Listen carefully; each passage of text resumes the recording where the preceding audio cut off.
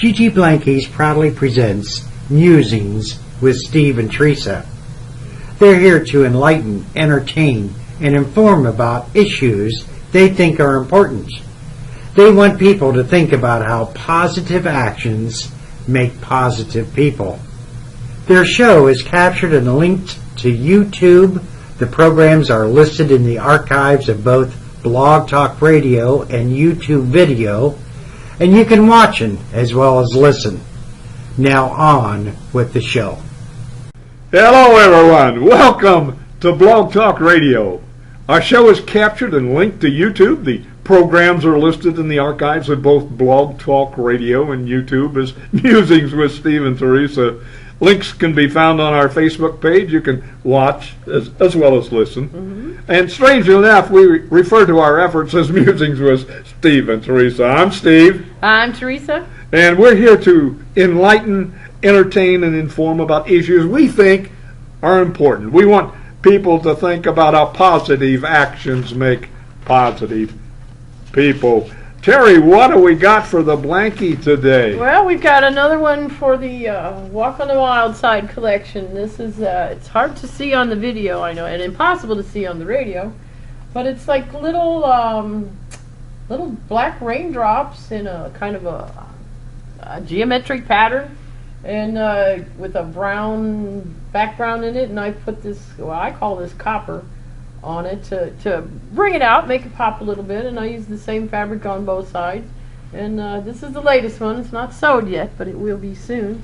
And remember, you can view all the blankies on the Facebook page, and as always, we're going to run this all the time. If you in Scioto County, I'll bring it to your house for free, so free delivery, and you can order it off the Facebook page or get the email address, which is on the end caps of the video. And blankies are great gifts. They help the babies be quiet. Be quiet. We call it a silencer. Yeah, he calls it volume control. You throw that child a blankie and they're quiet. Yep. Fantastic. We had a thing here today that I wanted to make a comment on. There was a note in the newspaper on Sunday that there were about 100 dolphins in Italy washed up on the beach. And when they checked them out, they had died of the same measles that human people get. Really? The virus. And they don't really understand it. That the last epidemic was in 1992 when they had a whole bunch of dolphins die. And these ones that are died now are only 15 or 20 years old, so they didn't have any protection, immunities, and which I think is interesting because it means that their chemistry is a lot more like ours than we think. Well, the rules that make virus and contagions and so forth work across the board. They're not discriminating against. Well, what are they going to do? Try to vaccinate the dolphins? No, but the point is that with research you begin to get enough information that maybe you can find a source. You know, what happens is you have to work far enough back down the chain of the problem until you get a point that you can affect it. In other words, up at the top of the chain, you're treating symptoms. Right. You got to go back. But you got to go back and find out what caused it, and it might be as simple as if you remember in Jurassic Park, the Triceratops was laying on its side, and it had been eating this berry that took 6 weeks to ferment, and the fermenting techniques of the plant made the animal sick. Okay, so it could be something as simple as that. Yeah, I've seen indications that people have variations like that. 6 weeks seems to be a nice round. That's 6 8 or 42. It's 40 days and 40 nights. That's a magic number in history. I wanted to make a story here because you're going to jump into this. We got some very interesting things. The story is we've told it before, but the little girl was sitting on her grandpa's lap, and she was feeling the wrinkles in his face. And she says, "Did God make you, Grandpa?" He says, "Yes, God made me." And then she felt her face, And she said, "Did God make me?" He said, "Yes, God made me." And he said, "He's getting better, isn't he?" Yeah, I know. My granddaughter's lately has been looking at my hands and comparing mine to hers, and she asked me, "What is that? What is that?" It's my vein sticking out. Those are service stripes. Okay. I'll remember that. Yeah. Okay, you were picked up this on the internet. That was a blog. You might use that preface there that the CNN one, uses. yeah. Has a religious. Well, this is a very interesting story that I came across. I know there's a lot of news coming out about the Boston bombing and everything, but side shoots, there's all kinds of other things that are being talked about now, and because of different things that are coming out. And here it says this belief blog covers the faith angle of today's biggest stories, from breaking news, and it's just it's pretty good. I read it, and it says when religious beliefs become evil, 4 signs. And you think religious beliefs becoming evil, but yes, they do.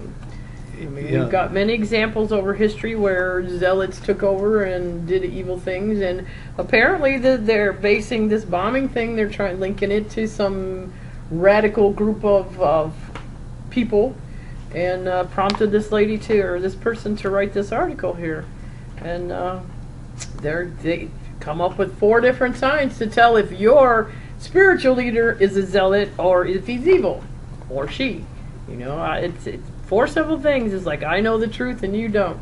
It's like, you believe them absolutely or you're in trouble. And well, the derivative of that is, I know the truth, and if you don't accept it, I got to kill you. Right. Yeah. It says it's hard to tell when a person's faith has drifted into fanaticism. It says a lot of warning signs, and people are starting to write books about it. We've had a lot of different groups come up, and Jim Jones, some of the kids, and even more recent ones in Japan. But they said beware the charismatic leader. Now, again, to some point, you need a charismatic leader to bring people to your cause. But again, if he takes over and says, it's my way or the highway, and if you don't believe me, you're dead. And no, that's not a good thing either. No, this is not a new system of having cults and so forth, because one of the original ones, of course, was back at the time of Jesus. A group of them got together, and the rich guys gave all of their resources into the community, and what happened, of course, was the people that didn't have any resources would come in and eating up the stuff, and the people that had resources were attuned to working and creating substance and so forth. The people that didn't have anything weren't used to it, right. And pretty soon the guy says, "Hey, how come I'm busting my fanny over here making resources for the community, and all that guy's doing is over there sitting there and eating?" And it disintegrated. Yeah. and they still do. Well, it says that charismatic leadership is important to any healthy religion, but it's a process, and questions have to be encouraged. If you're in a religion where the leader says, "No, you can't ask any questions, I'll tell you what you need to know," here's your sign that you might need to reevaluate your things there. And it says it can take years to get people away from them. Well, it's an interesting area because the structure is, of course, the thoughts of belief and faith, and how do you how much inquiry. Now, I happen to personally believe that I guess I'm a Gnostic, if by definition. Is the need to know. In other words, my faith is sustained by finding more facts and supporting the data that I've got. Right. The fact that the implication of what's in the Bible is not going to deter my faith if somebody comes up. One of the old jokes is they're canceling Easter because they found the body. I see, yeah, but your beliefs aren't going to be shaken by new information. Not founded on the fact that Now, I believe Jesus rose, Mm-hmm. okay, because I was taught that. Right. But it sounds good, but the tenets of my faith are deeper and more relevant to making decisions of what's going on rather than a mere fact or a miracle or an apparition or Right. or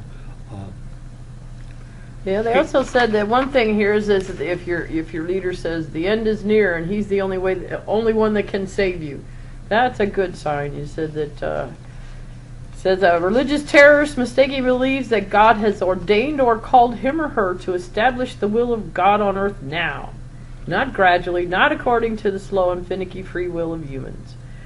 So they say I'm God's instrument and we're gonna change the world right now. It comes back basically to, in my interpretation, is free will. And nobody, I'm not supposed to give my free will privileges to anybody. Right. I'm supposed to retain them, be responsible for them. So when I abdicate my responsibility, then we get into a disease type Yep. situation in society. Yep. I think that's enough of that. Yeah, yeah, but I found it interesting because it is relevant and it is. I mean, if you go through history again, it comes down to, I think what I'm trying to say is think for yourself, do your own research, form your own opinions. Don't listen to just one or two people and say, "Oh, the sky is falling." Do your own research, Yeah. right? A duck. And talk, yeah, yep. Yeah, sometimes those stories, they just, I try to stay away from the gloomier side, but sometimes they're just too fascinating. I mean, like that, and people need to be aware of things. Like I also have another one that I'll have to bring in. It's 10 signs to know if your mate's a psychopath. Yeah, I'm crazy. Well, I find this interesting, and I've been carrying it along for several weeks. Yes, he needs to tell about that. I got to talk about it. Goodyear begins building a faster semi-rigid airship. Now, if you've all seen all the blimps that go around the football fields and so forth, the air blimps and the blinky lights on the sign, the advertising apparently is good enough. The price on it is good enough to justify the cost of the $100,000 blimp or $100 million. I find that amazing. But anyway, they've been building blimps now for long time. since the 30s. And up in Akron, Ohio, they still build them. Yeah. Yep. Well, now it turns out that this one is going to be a half a blimp. Now, a blimp is an air or an envelope that has helium in it and air that they use to make it go up and down, and it's round and blimpy because of the helium. Right. Okay, they're going to make a semi-rigid Zeppelin, and the Zeppelin people from yeah? Germany are building the frame. Oh, that's kind of neat It's because gonna that's be where Zeppelin started, really. Half frame and half blimp. Yeah. And that they seem to think that they can do that effectively. Now, the last I never did see a Zeppelin because when I was a little kid, they all crashed because of thunderstorms and stuff like that. Yeah. But this new ship is going to be 192 feet long, 50 feet wide, or That's a circle pretty big. 50 feet, and it'll be able to pick up 12,840 pounds, go 50 miles an hour, seat 6 plus a pilot, and can operate up to 3,000 feet. And when we first were looking at this, I asked him why only 6 people. That's an awful big thing to just carry 6 people, and he said, "Well, it's just a big flying billboard." that's I said, "Okay, all right." Well, they're hoping it's to. not for transport; it's for marketing. Well, yeah, it is for marketing, and says during its long operational history, Goodyear has built and operated more than 300 lighter-than-air vehicles since 1917, including 2 large rigid airships, the USS Macon and the USS Akron. Now, both of them went down with all hands. Oh no! The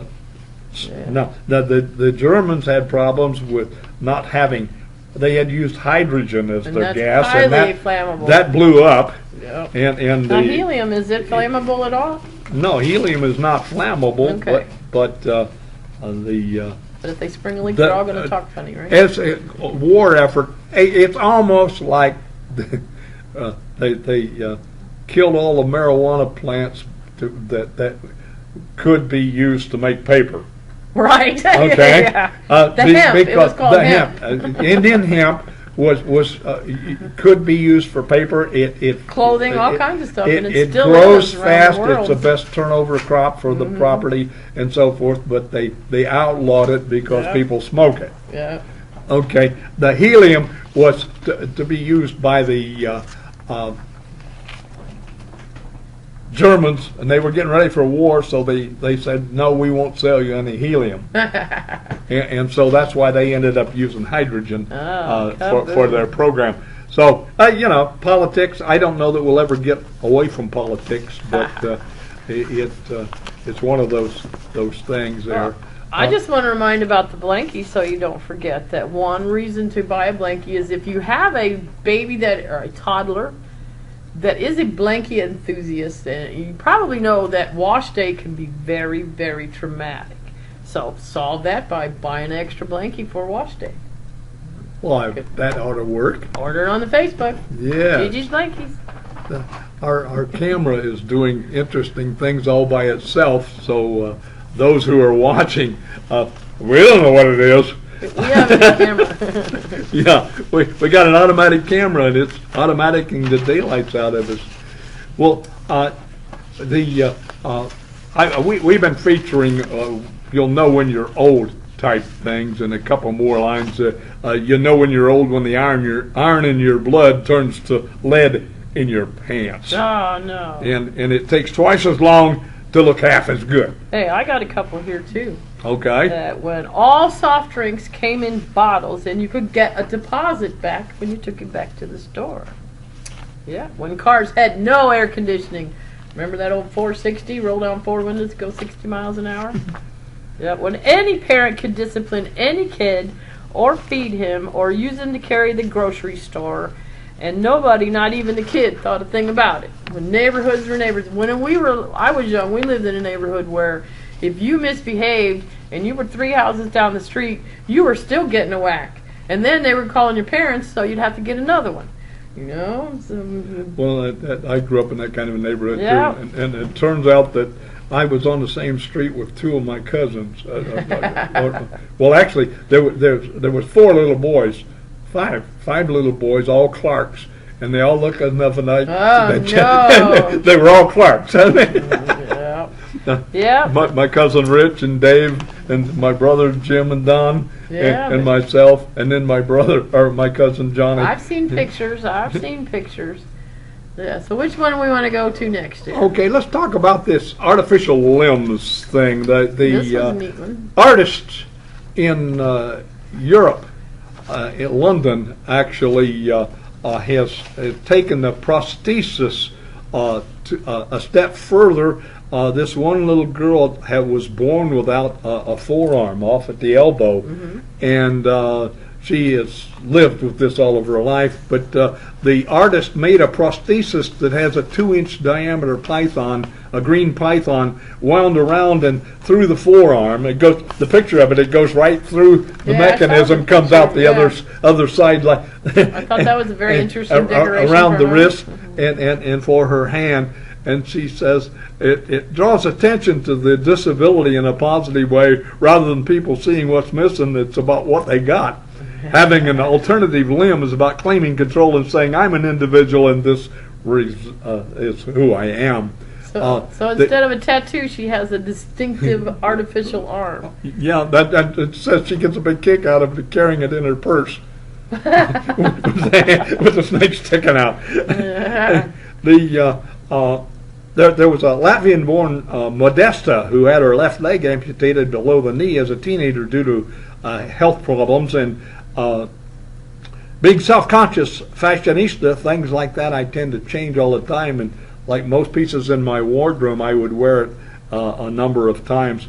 And she had a crystal artificial limb. They were in the tableau of the Olympics in Oh, yeah. England. She had this crystal leg sticking out of her. That ought to be really nice. I didn't remember seeing it, but it mentions it here. Prosthetics have come a long way. That people got robotic arms and legs, and Well, now they're decorating them. yeah, well, it makes sense. Yes, it does. The next thing that comes up is the scientists build a baseball playing robot with 100,000 neuron fake brain. Uh-oh. Now, this would be the thing that eventually will run the prosthesis. Yeah. They will put its own brain in there. Well, Now, I've seen some where the person has like a little headgear and they can make the things do by themselves, or well, they're doing all kinds of amazing things. we had And a- here, it's the beginning of artificial intelligence. We had a thing we picked up here a few weeks back about a Japanese guy who was working with brain activation of the stuff. And Right, he that's found, what I'm talking about, and, yeah. And you remember, and he found out that it was irrespective of language. Right. The In brain other can words, operate the, at the will. brain operates, I think it was a hand that they Yeah. were opening and closing and so forth, and you didn't have to think hand, you just thought about the prosthesis, and it didn't make any difference whether you were Japanese or were Right. American. It the worked. the language was irrespective of the action. Well, this robot, they had a picture of it here. It's a little robot with a tennis ball type Yeah, racket. big racket thing, because and it not said, ready for a skinny bat yet. if you think about it, now the first they had to make a machine and they tell it you're going to hit the ball. First, it has to know what a ball is. Yeah. It has to know what hitting is. Yeah. Then they throw the ball at it. It has to learn the speed of the object coming. Yeah. It has to calculate the trajectory. It has to activate the striking force. Yep. And in a human, this is done in split seconds. Yeah, I think it's something like 2 or 3/5 of a second from the baseball pitcher's hand Release. to the catcher's Yeah. mitt, with a ball going 100, 120 miles an hour. Yeah. And I for mean, a that- machine to be able to think you- that fast. You can't think it. The guys that can hit that ball You have to react. already have decided that my neurological body is going to hit that ball, Yeah. and the body takes care of it. His synapses don't snap that fast. Yeah. Well, now they made a robot here. Well, anyway, this is not the first time researchers have modeled a cerebellum to control robots. A team of scientists in Europe, for instance, have used the artificial cerebellum to control a robotic limb.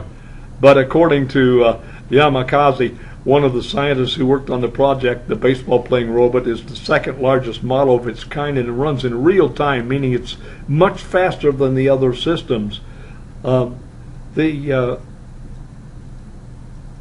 whole thing has to work on almost an instantaneous computer, Right. and they haven't built it Yeah. yet. But they're on their way. But Well- it's all this artificial brain stuff kind of creeps me out a little because, well, I'm grown up reading science fiction, and have you ever read a science fiction story where artificial intelligence was involved and it turned out well for us? No. Machines don't need brains because Well, then they get souls, then they get free will, then they take over. Survival of the strongest. Well, here's another scientific thing here. These guys were working on a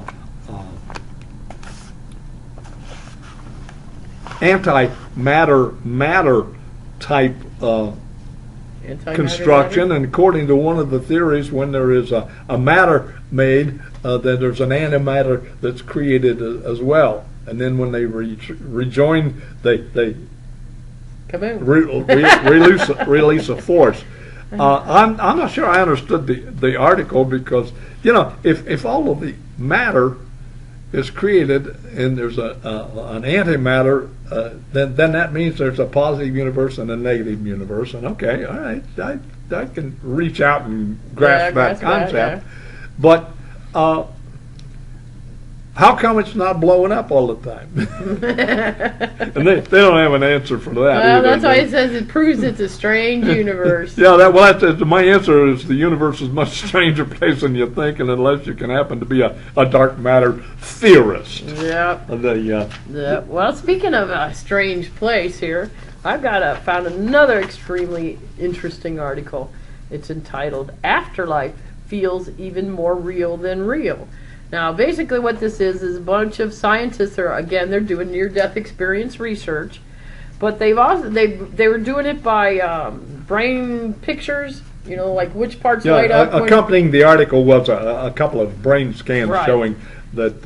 But what it turns out is I guess people would remember different events, and then they would take pictures of their brains to see what sections lit up, and by that they could determine how real was real. And what they determined is that when a person is telling them or remembering a real event that they've had, that certain areas light up in the brain.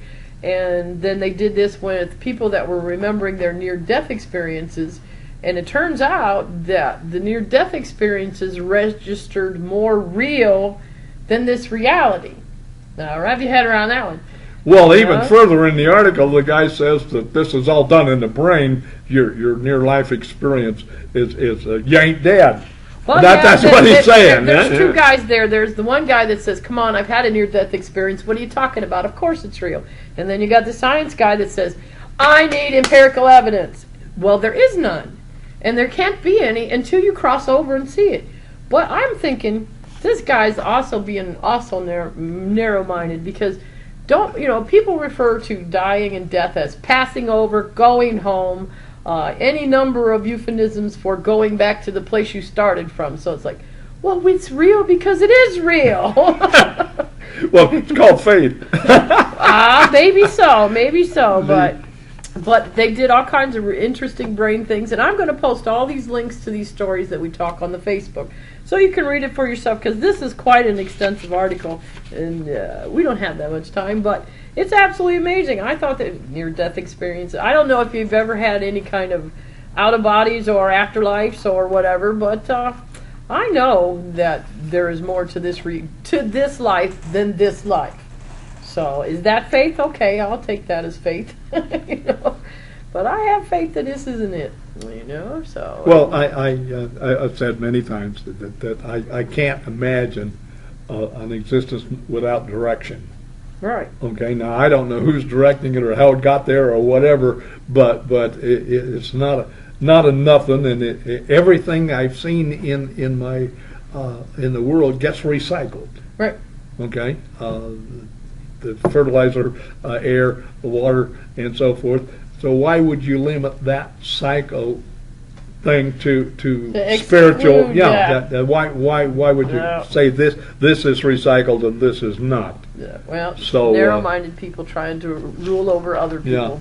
Well, tell me again about some blankies there, Terry. All right. Well, we got lots of blankies going on. Like I said, I've started the Wild Side collection, which is going to be maybe not so pink and not so fluffy and not so cutesy, which we're giving it a try. This is the first one, or the second one. The other one was last week with the tigers that I thought was absolutely gorgeous.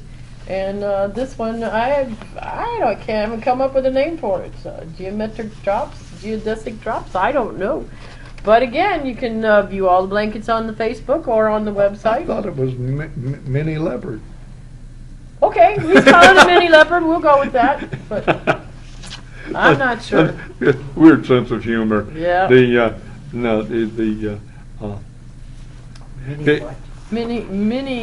leopard. Yeah, he thinks it looks like leopard. I think it looks more like flowers. 90 seconds. 90 seconds. We're out of time again, Pop. Well, the more of the old stuff there, confused. When you confuse having a clear conscience with having a bad memory. You give up all your bad habits and you still don't feel good. Yeah. Your house catches fire and the first thing you grab is your Metamucil. Or your glasses or your teeth. You give up all your bad habits and you still don't feel good. That's what I just said. We want to thank you for listening to our podcast today. We'll return with our continuing viewpoints next Tuesday at 2 p.m. We'll discuss more of the unusual. And our mission on these Blog Talk Radio's presentation is to stimulate your thinking, prod your mind into new channels, pump up your interest in life, and rebuild your enthusiasm. Yep. Whether you're pro or con, we insist that you join us as we investigate, evaluate, and participate. Be a part of the solution, not the problem. And surprise someone. Be nice to them today. Yeah. May Day is tomorrow. Give your neighbors some anonymous flowers. And we can talk about that another day, but see ya. Gigi Blankies, thank you for listening to the podcast today. This program is archived at Blog Talk Radio, captured and archived for YouTube video, and linked to Facebook as Musings with Steve and Teresa. Think positive, be positive, live positive, and enjoy.